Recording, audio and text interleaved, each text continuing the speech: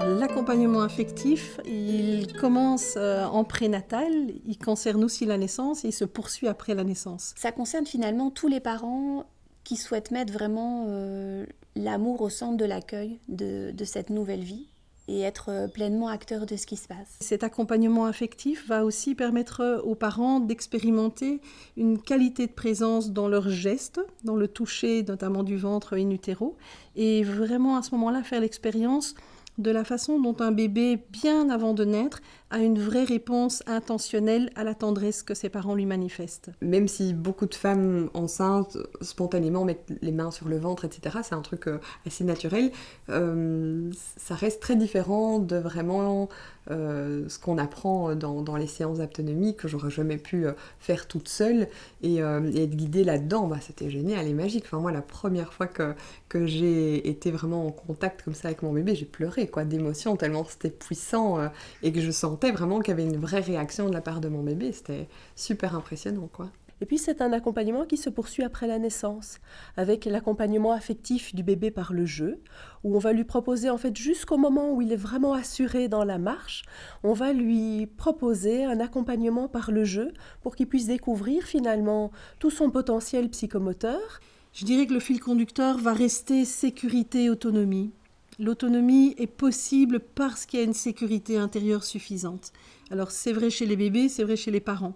Donc on va toujours accompagner les trois ensemble en visant de permettre au bébé d'avoir accès à un maximum de son potentiel et de ses ressources. Mais je pense que pour tout parent, développer cette capacité d'être dans l'observation, l'écoute de son bébé, l'écoute de soi-même, et de pouvoir pratiquer ces petits jeux qui sont diaboliquement simples, mais qui peuvent être d'une grande aide pour l'enfant, pour le pousser dans le sens positif, c'est-à-dire pas le stimuler, mais en tout cas l'accompagner vers l'avant et lui renforcer cette confiance qu'il a en lui. À mon avis, c'est bénéfique pour tout le monde.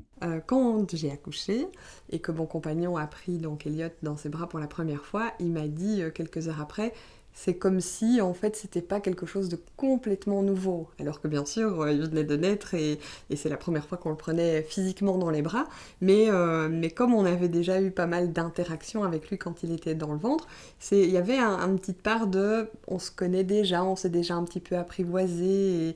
Et donc, ça, c'est une chose assez magique. Le revécu émotionnel de la naissance, c'est une approche qui va permettre aux parents d'être accompagnés dans l'écoute de ce qui s'est passé pour eux à la naissance et leur donner un espace où ils vont pouvoir aussi permettre au bébé ou à l'enfant un peu plus grand d'exprimer sa version, son ressenti à lui de son expérience de naissance. Donc cette approche globale autour de la naissance permet aussi aux parents de s'ouvrir à tout le monde de l'affectif, de la présence, de la conscience, de l'amour.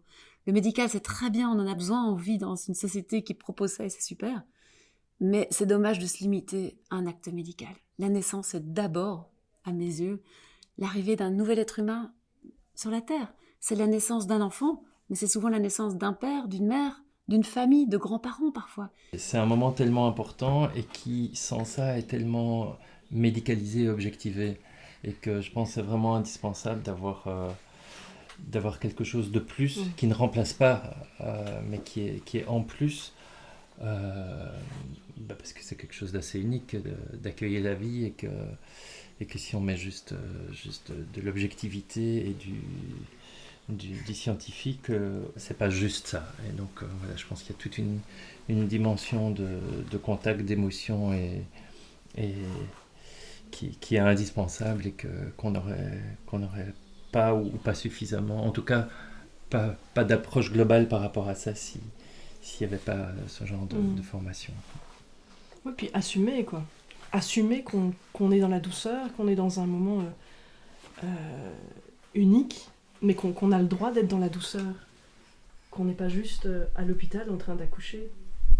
On est en train de vivre quelque chose de magique, on a le droit de prendre ce moment magique pour nous, pour elle. Mais je pense que c'est important pour la société qu'on fasse qu'on prête plus attention au bébé en devenir et qu'on soigne davantage le moment de la naissance.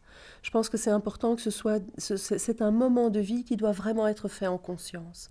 Je pense que ça va aider la société de demain si aujourd'hui on prend en considération le bébé in utero, le bébé au moment de sa naissance et qu'on lui prête aussi une attention particulière dans les premières années de sa vie.